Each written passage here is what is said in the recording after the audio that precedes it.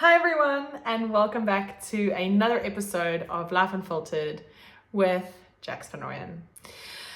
I have been getting so many requests to train sales teams and to work with sales leaders to unlock sales excellence within their teams over the last couple of weeks.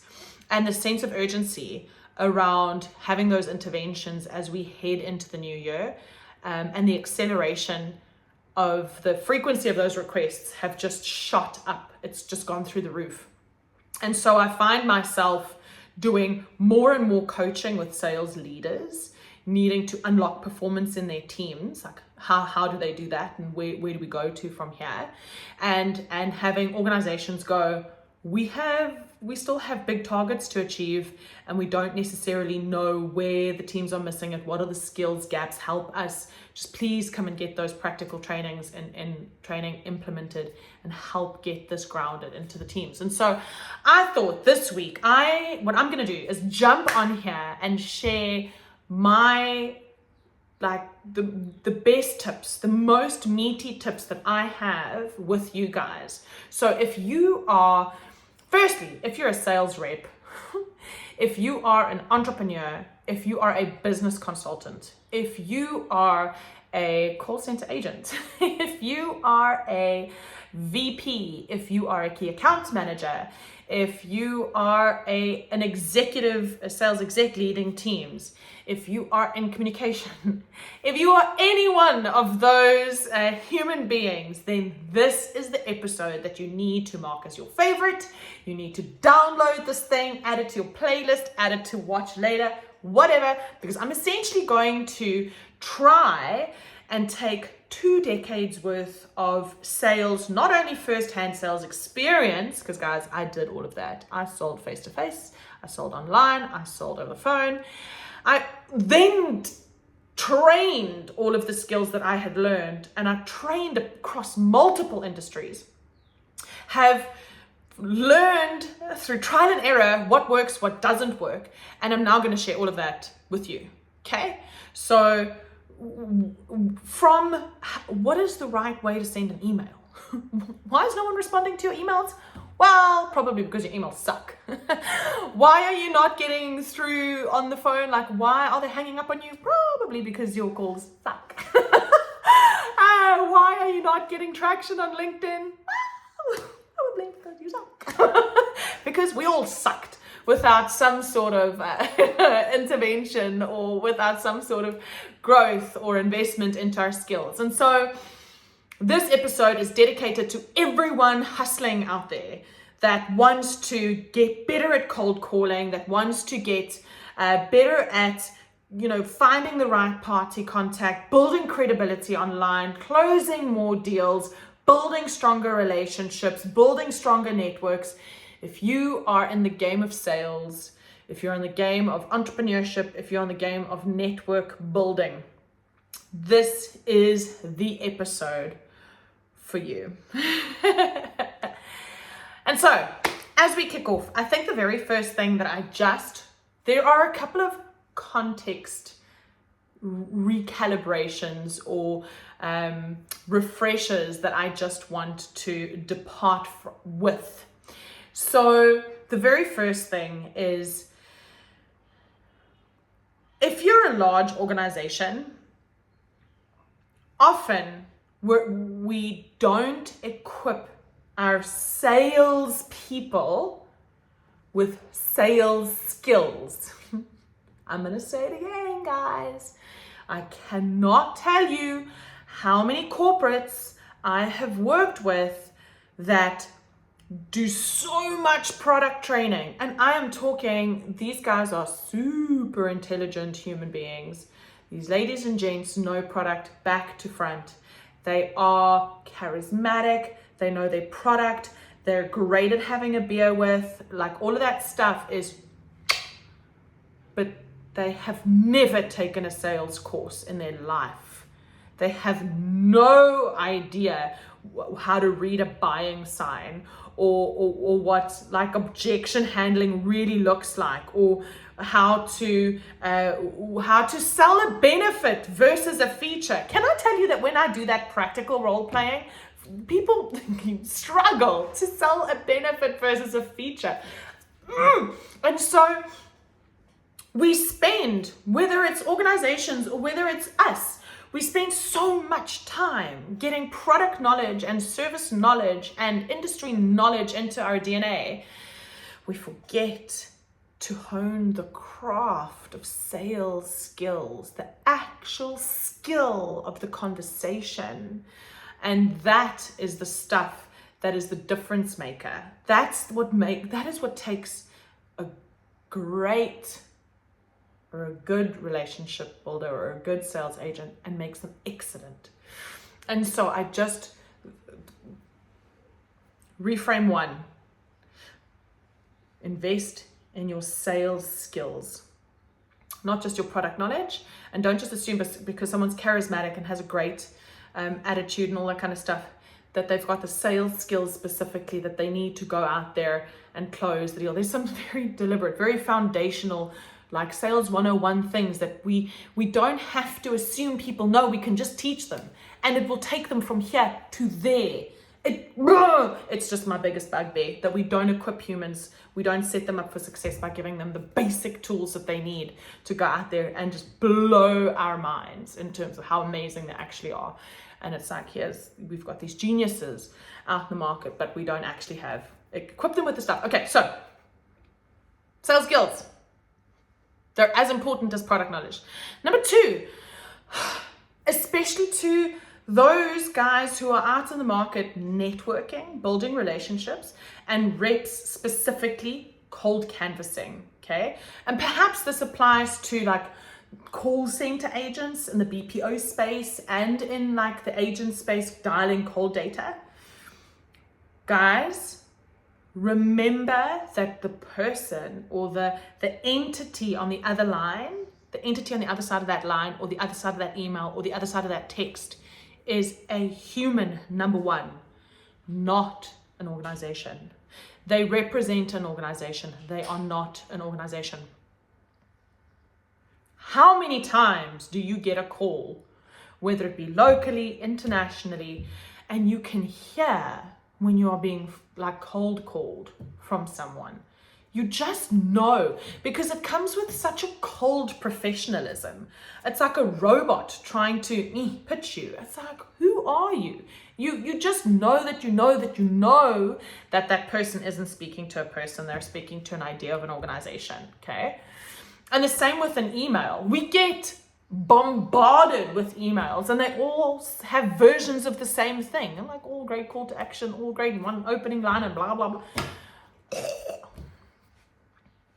How do you expect to stand out if you are not personalizing that conversation, if you're not deeply humanizing and personalizing the entity on the other side? Sales pitches, sales decks.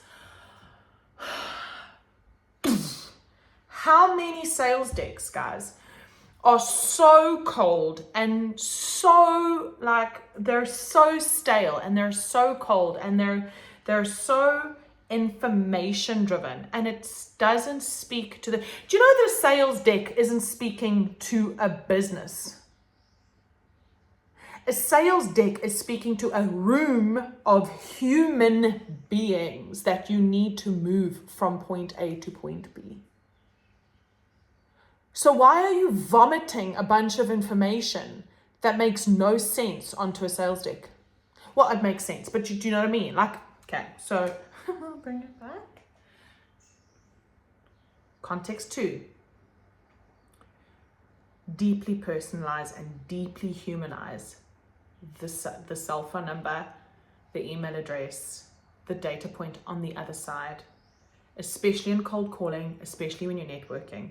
You are speaking to a human being first that represents an organization. You are not phoning company A when you are picking up that phone to do that cold call to introduce yourself. You are speaking to person A that represents an organization. And if you only walk away from this podcast with that slight recalibration, it will change the atmosphere and the texture of all your engagements moving forward. I guarantee you. I guarantee you that. Okay, so I just think let's just from a context point of view, start with those two. Now, what I want to do is I want to speak to you guys about LinkedIn. So I want to start LinkedIn and email. I think we're going to start with cold canvassing. LinkedIn and email are the two. I just glitched. You didn't buffer. I just buffered. LinkedIn and email. We're going to start with cold canvassing. Then we can talk about how to pitch your value proposition. What does that mean?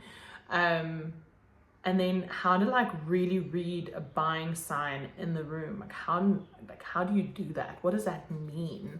And it's hard to do this in a podcast, but we'll figure it out together. Okay. So if you're not on LinkedIn and you are in business in any way, shape, or form as a person that is responsible for generating more business or generating a network or driving a message forward, and you're not on LinkedIn,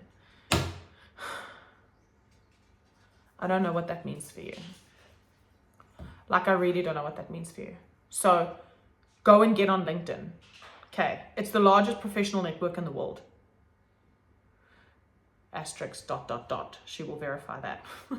Okay, so LinkedIn is where people who take themselves seriously professionally have thought out professional profiles. I mean, we don't all have .coms or .cosas or .aus or whatever. We have a LinkedIn profile. You don't want people to go default to your Facebook. You don't want people to go default to your Instagram. LinkedIn is your professional profile, and that is where you build your credibility and you build your professional network. And that network is the network you can over time commercialize if you do it with intent and you do it with purpose and you do it with care. Okay, so the power of LinkedIn is that it allows you an opportunity to build that network that you can commercialize over time. Now, so how do we do it? The number one, add value. Add value. If you are a value creator, value adder in your professional network on the LinkedIn platform, like that is the fastest way I can encourage you to go and build some credibility and to start build your network. Everybody wants someone valuable, right? So I'm a business consultant. So in my space, let's use leadership because it's something I'm super passionate about. Okay, so let's talk about leadership development. If I'm constantly writing leadership articles and sharing meaningful leadership content, and I'm doing that, I'm building out sales modules and sales training and how to get better and how to hone your skills, and I'm sharing that stuff in my network all the time, and it's helpful and it's valuable and it's impactful, what do you think is going to happen? People are going to stay engaged.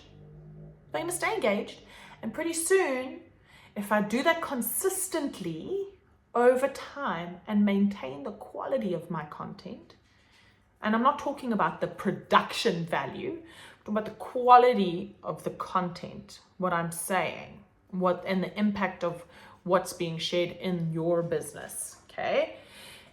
A tribe will start to form around that. You build your own tribe, okay? So you build your organization's tribe. If you do that for long enough, you will build that network around you, your business, your brand, your mission, your ministry. You fill in the gap. Okay, now how? How? So glad you asked. There are two ways that I have found work for me, and I have tested for clients, and I find work for them. And I mean, I have tested this in micro doses, so, and not paid for, right? So this is organic testing, and I've seen amazing results. There's two ways. You either create content, which both ways you're trying to establish yourself as a thought leader. Okay, so let's stick to the topic of leadership. So I go and write an article on empowering leaders to deliver high impact feedback. Okay, a lot of leaders, especially sales leaders, have performance counseling sessions and do not see any shifts in performance. And they think it's the teams, and they have this churn, and they don't get it, and they don't understand why the numbers are coming, and the whole universe is to blame. The reality is, very few people know how to deliver high impact feedback. And there's an actual framework, there's an actual way in which we can do this. It's like there's a scientific flow. And so okay, I'll come back off my soapbox. So I write this article. Okay, now because I am leveraging the power of LinkedIn on purpose, I know that in 2025, I want to do business with company Y. And I know that in company Y, the CEO, Mr. A, and the head of people, Mrs. C, are both quite active on LinkedIn. So I go and write this article, I publish it to my LinkedIn, I create a little summary. Hi guys, this is this article. I think it could add value to you like this. Love you lots. Post. Then in the comments section, I go, at organization Y, I think you guys are doing incredible stuff in your industry. I noticed that you're super passionate about leadership development. I've recently written this article at CEO, at tag Mr. A and Mrs. C. I think that you might find some value here. Tag. Done. Guys, do you know I've established myself as an authority because I've obviously written an article on leadership. Okay, so automatically she must know what she's talking about because it's a really beautifully written piece of content. I have again established credibility. I seem to have done my research around their organization. I know who they are. I know that they're passionate about leadership. I've married their organization, their passion for leadership, with a piece of well-written content that I've got. And I have built my network because 9 times out of 10, they are now going to follow me. They're going to go, oh, an interesting article, click follow. Okay, so I have not only established authority, I've built credibility, and I've built my network with one article.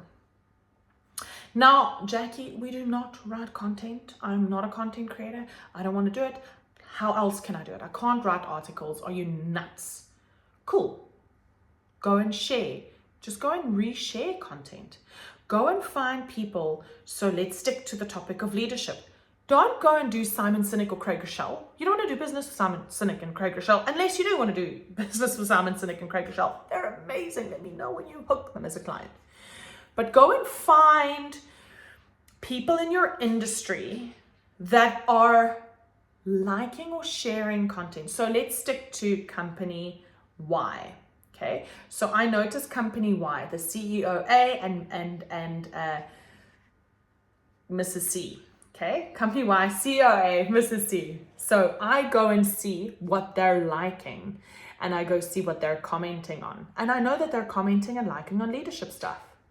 So I go and share either a post one of them have created or a post that one of them have commented on to my post, to my page. So I go and share the post and I tag them in it again and say, hi, Mr. CEO of company YYY. Notice that you love this as much as I do.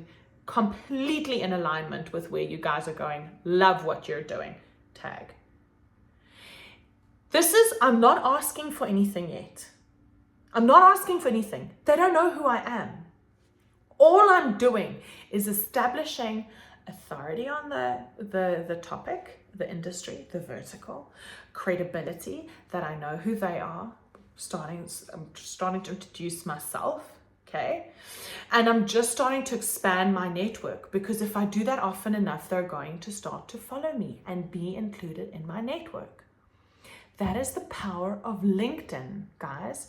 If you're just liking and commenting on posts and you're not either generating thought leadership topics in the industries or in the verticals that your potential clients are interested in, or you're not sharing content that's relevant to them in a way that highlights them and gets them involved in their eyeballs on your content and shows them that you know that they know that that's a problem and you are thinking about solving it, then you're missing a massive opportunity.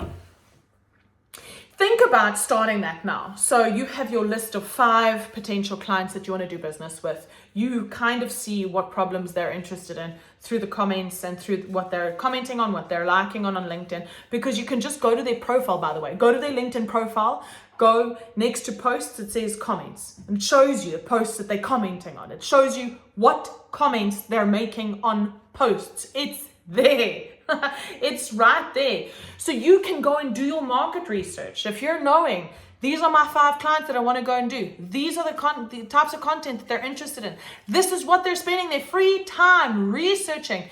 And now you go and establish yourself as an authority. You make sure that you build a credibility so that they can see that you're an authority on the things that they're the most passionate. They're so passionate about it. They're spending their off time investing their eyeballs and attention on it. In 4 months from now, in Q1 2025, when you pick up the phone and you say, "Hi, my name is Jackson. I'm phoning you from Y Kegel. I'd love to talk to you about potential leadership collaboration. Let me buy you a cup of coffee. I've been following you for 6 months. I love what you've been saying. Absolutely. Cannot wait to see you." It's a different conversation. Different conversation. Do you see what I'm saying? LinkedIn is so powerful, guys, and it's so underutilized. I see so many potential or so many high-performing, like powerful human beings on LinkedIn with nothing on their timelines. Zero, zilch. And to just reshare content and tag with a comment takes no time. And with ChatGPT, let me just secret sources for you. ChatGPT. If you suck at writing content, if you cannot even manage to think about what to say about someone's post that sets you up as the thought leader, you copy the LinkedIn post, open up ChatGPT, copy the post into ChatGPT, and you say, ChatGPT, like Lexi, or whatever you've named it, Satya, because mine is Satya Nadal. Satya, I am a leadership growth consultant, or act like a sales consultant, or act like a rep for short-term life insurance, or act like a fill in the gap. I want to comment on this post. Write the text for me in a way that sets me up with credibility and authority, but keep the language plain and simple. Whatever. Get ChatGPT to write it for you. And then just copy that. Put that online. And remember to tag the people that you're trying to establish the credibility with in the post. I mean, that's so game changing, and that's so no-brainer. That is so no-brainer. That is so game changing. So I can go on about this forever. And also saying, if you go onto Google, so let's say you are, let's stick to leadership. I know it's so generic for most people, but let's stick to leadership, okay? So you go into Google and you go, the top five most searched leadership struggles or leadership obstacles or leadership books or leadership articles, whatever the case might be, okay? You get those top 5 most searched leadership challenges or leadership courses, okay, leadership courses, for instance, right? And you go and put that into ChatGPT and you say, use these courses and framework 5 interesting article topics that I could write for LinkedIn, and get it to framework 5 LinkedIn articles. Then you say, out of these 5 LinkedIn article topics, which would be the most viral for a sales consultant in the short-term insurance space. And it'll tell you. And then you say, okay, write the article. And you copy and paste the article. And then you tag the people you're trying to do business with. This is not brain surgery. This is not brain surgery. And it takes no time. It takes no time. It takes no time. And the quality of your cold call, the quality of that first touch could be completely different. Your sales journey, your customer acquisition journey could be so different if you just apply these small little things. Okay, so that's LinkedIn. Right. Email. Okay. How many emails do you get a day? How many email? Okay. I always say this. I say, how many emails do you get? How many do you read? And then I get the engineers in the room, and I get the like accountants in the room go, we read all our emails. Like, of course we read every single one. And then I get the creatives, like the designers and like the me's. I just go click all mark read. If it's important, they're going to send it to me again. It's so bad. So that's such a bad example. But we get so much noise sent to us, right? And then we send email. It's like job applications. People send out job applications over and over again. You send out hundreds and hundreds and hundreds of CVs. And you wonder why the hell you don't get a response. But you go, dear ma'am, I am applying for this role, right? It's like, and every other human being on the planet is applying for that role and saying the same thing in the subject line.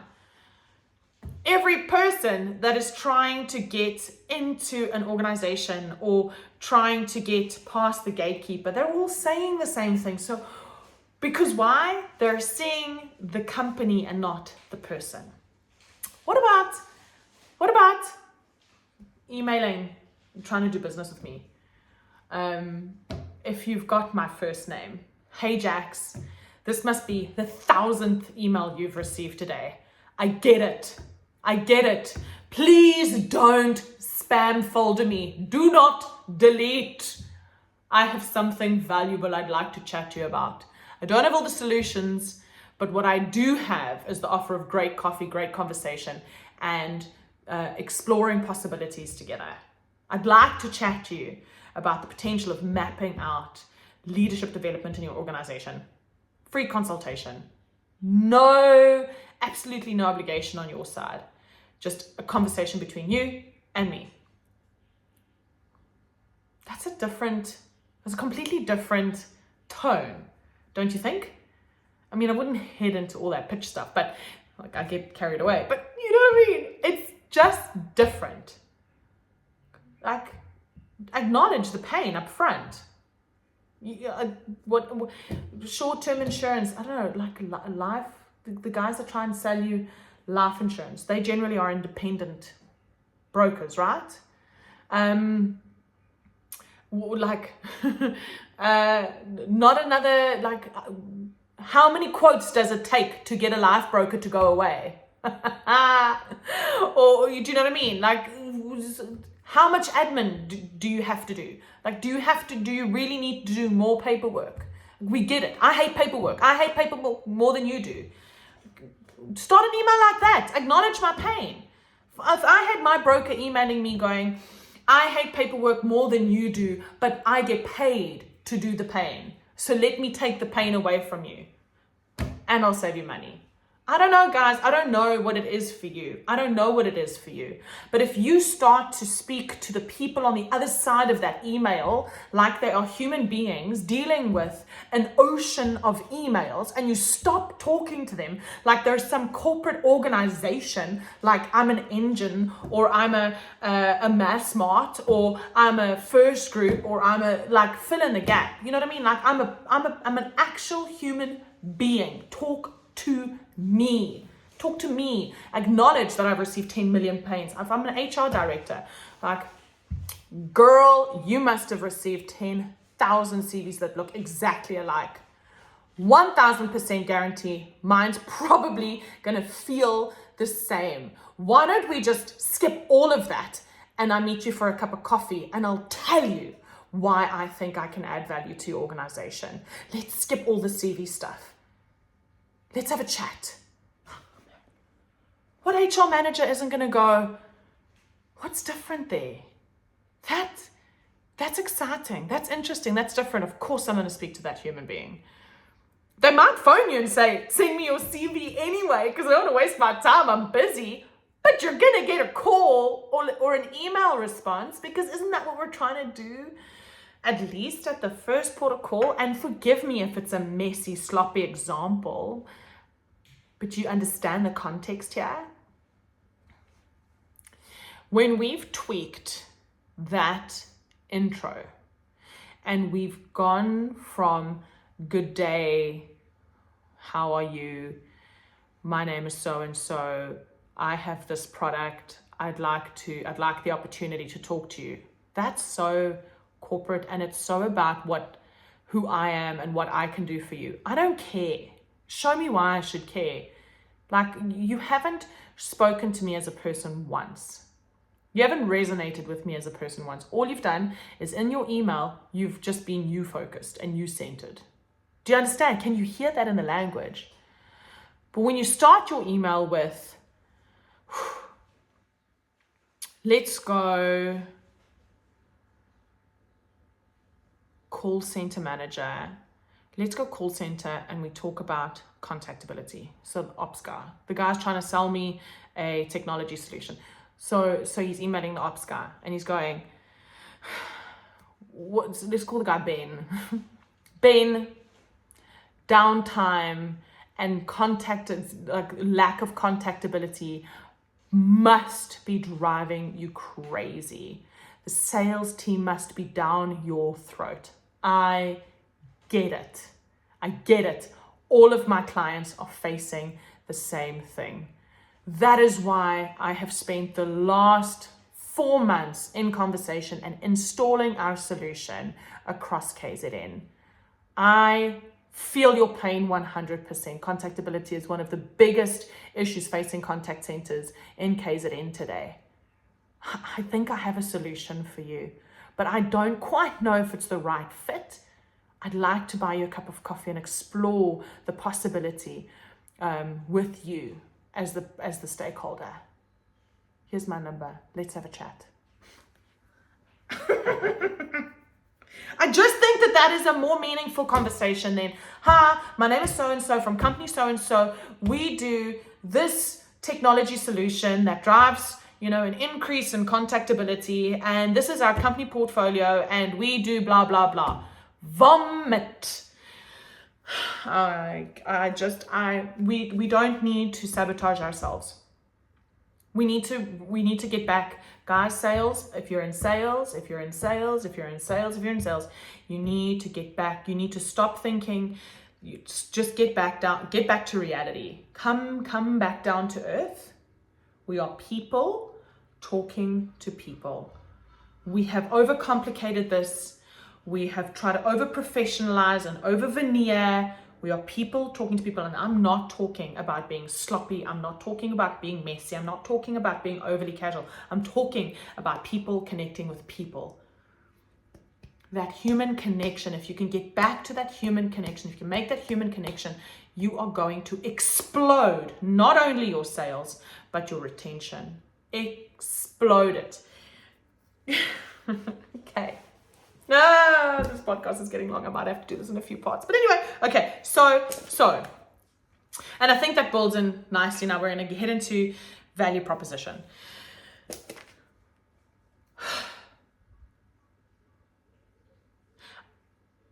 And I don't mean in terms of your company statement, value proposition.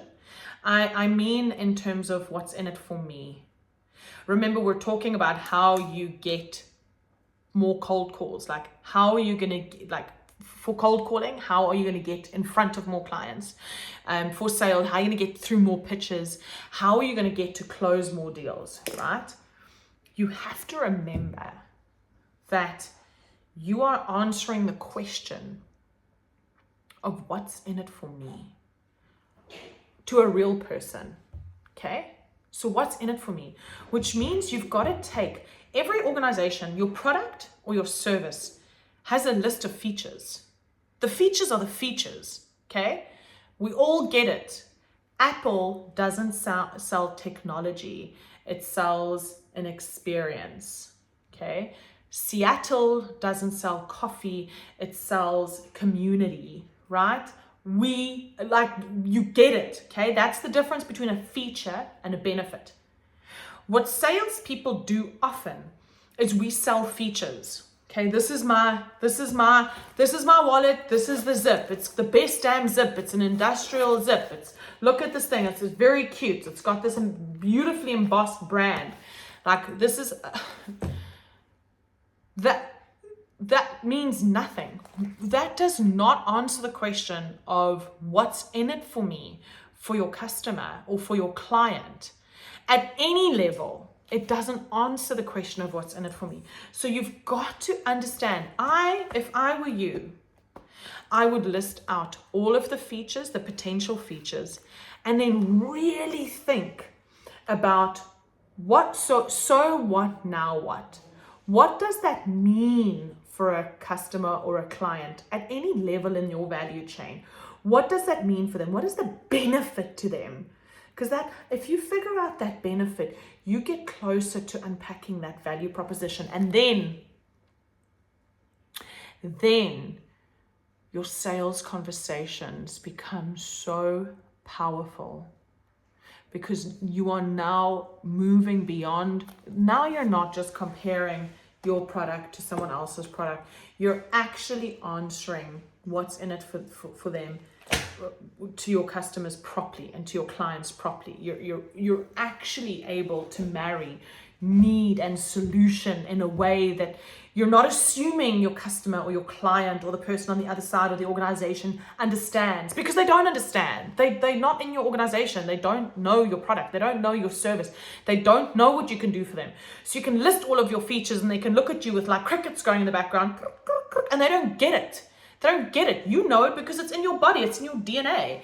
But unless you can sell the benefit to them, the what's in it for them, the magic, the sizzle, this is how it's going to change X, Y, and Z across X, Y, and Z. And this is how it's going to move you forward. And that's what it's going to do. Boom, the penny drops. Job almost done.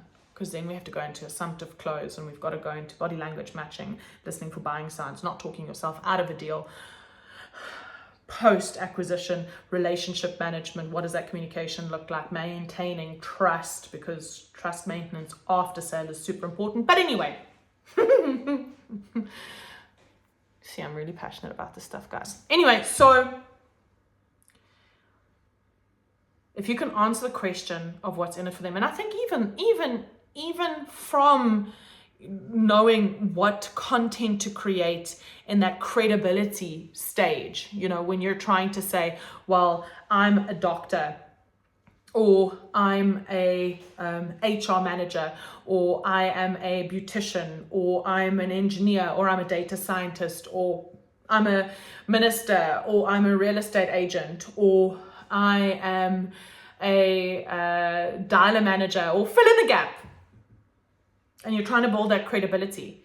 If you answer the question of what's in it for the people who have to back you with their attention, and they have to back you with the vote of that like or that follow or that click or that call or that yes or that meeting or that email read or that, if you answer that question by really understanding what that benefit is, if you get your features and you know how to articulate that benefit, and the way to articulate the benefit is to get what's in it for them, to keep answering that question, walk a mile in their shoes, really, really get that. If you get that, man,